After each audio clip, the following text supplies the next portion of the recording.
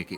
കൊല്ലം കടയ്ക്കൽ ക്ഷേത്രത്തിലെ ഉത്സവ പരിപാടിക്കിടെ വിപ്ലവഗാനം ആലപിച്ച സംഭവത്തിൽ ക്ഷേത്രം ഉപദേശക സമിതിയോട് ദേവസ്വം ബോർഡ് വിശദീകരണം തേടി. ദേവസ്വം വിജിലൻസ് SP അന്വേഷിക്കും. കാണികൾ ആവശ്യപ്പെട്ട പ്രകാരമാണ് വിപ്ലവഗാനം ആലപിച്ചതെന്ന് ഗായകൻ അലോഷി ആദം പറഞ്ഞു. BJPക്ക് വളരാൻ CPIM അവസരമൊരുക്കുന്നുവെന്ന് പ്രതിപക്ഷ നേതാവ് VD സതീശൻ കുറ്റപ്പെടുത്തി.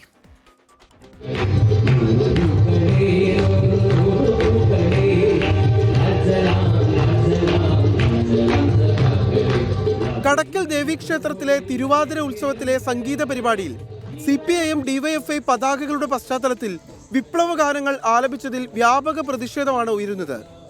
കേരളത്തിലെ CPIM എന്താണ് കാണിക്കുന്നതെന്ന് ചോദിച്ച പ്രതിപക്ഷ നേതാവ് VD സതീശൻ ഇത്തരം പരിപാടികൾ നടത്തുന്നതിലൂടെ BJPക്ക് CPIM വഴിയൊരുക്കുകയാണെന്നും ആരോപിച്ചു. നാണംകെട്ട പാർട്ടിയല്ലേ ഇത്? നാണംകെട്ട പാർട്ടി. അവിടെ അതിൻ്റെ പേരിൽ ഒരു സംഘർഷം ഉണ്ടായി BJPക്ക് സ്പേസ് ഉണ്ടാക്കി കൊടുക്കുകയാണ് ഇവരുടെ ലക്ഷ്യം. അമ്പലത്തിൽ പോയി ഇത് ചെയ്ത് അവിടെ സംഘർഷം ഉണ്ടാക്കി BJPക്ക് സ്പേസ് ഉണ്ടാക്കി കൊടുക്കുകയാണ്. ക്ഷേത്രങ്ങളിൽ CPIMന്റെ ആധിപത്യം സ്ഥാപിക്കാനുള്ള ശ്രമമെന്നും ഇത്തരം പരിപാടികൾ ക്ഷേത്രോത്സവങ്ങളെ മലീമസമാക്കുന്നുവെന്നും NK പ്രേമചന്ദ്രൻ MP.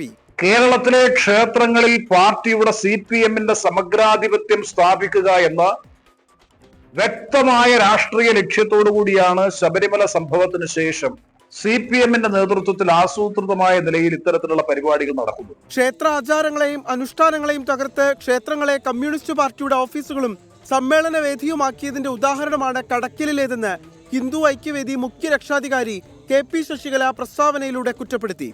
തന്റെ പരിപാടികളിൽ വിപ്ലവ ഗാനങ്ങളും ഉൾപ്പെടുമെന്ന് പരിപാടി ഏൽപ്പിച്ചവർക്കറിയാമെന്നും ഗാനത്തിനിടെ DYFI പതാക സ്ക്രീനിൽ വന്നതിൽ തനിക്ക് പങ്കില്ലെന്നും ഗായകൻ അലോഷി ആദം.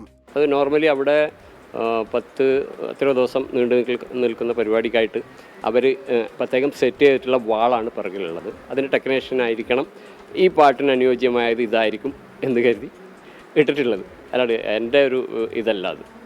ക്ഷേത്രങ്ങളിലെ രാഷ്ട്രീയ പ്രവർത്തനം അനുവദിക്കില്ലെന്ന് വ്യക്തമാക്കിയ തിരുവിതാംകൂർ ദേവസ്വം ബോർഡ് വിജിലൻസ് SP-യോട് റിപ്പോർട്ട് ആവശ്യപ്പെട്ടു.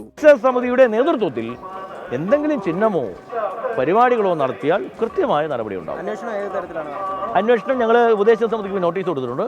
ഞങ്ങളുടെ വിജിലൻസ് SP ഉണ്ട്. SP-യെ കൊണ്ട് അന്വേഷിപ്പിക്കുവാനും ഉത്തരവ് കൊടുത്തു. ക്ഷേത്ര ഉപദേശക സമിതിയോട് തിരുവിതാംകൂർ ദേവസ്വം ബോർഡ് വിശദീകരണവും തേടിയിട്ടുണ്ട്. വിവിധ ബ്യൂറോകൾക്കൊപ്പം 24 കൊല്ലം.